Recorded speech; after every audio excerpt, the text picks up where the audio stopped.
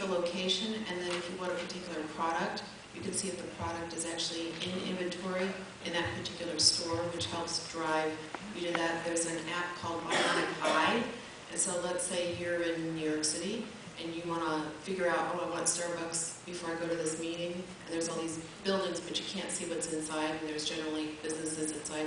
You can hold it up, and it will actually show you the icons of like Starbucks or Wendy's or whoever's in that building. So there's, I mean, the Pizza Hut app made $1 million in 3 months. So what we're finding is that oftentimes companies are struggling with what to do with their media mix, right? So do they do traditional TV advertising, or do they do social?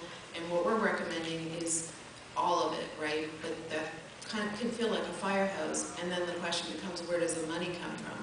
So about a year ago, I wrote a model for online social media communities for customer service.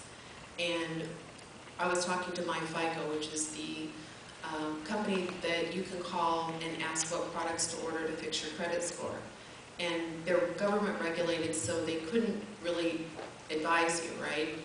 So that's really an unfulfilling experience because you can't ask questions. So they decided to create an online community, not knowing if anyone would show up, because it's not sexy, right? Who wants to talk with other people who have crappy credit scores, right? But the key there is super users. And so what they found was a year later, they have 850,000 registered unique visitors. Their sales went up 61% for people in the community. And the reason is because that community provides them with a service they couldn't get any other way. And so I think part of what you were saying was, you know, the real need is to figure out what your consumers need and then provide it in this new platform. And so while, you know, 3 years ago we didn't know what was going to happen to social media on the desktop, and now we know, right? And so what I'm now working on is an ROI of mobile, which the calculations are pretty simple. It's how much this stuff costs to build and how much money you're going to get back. And the money you get back needs to be bigger than the money you spent. And so you need to think about generating revenue and reducing costs.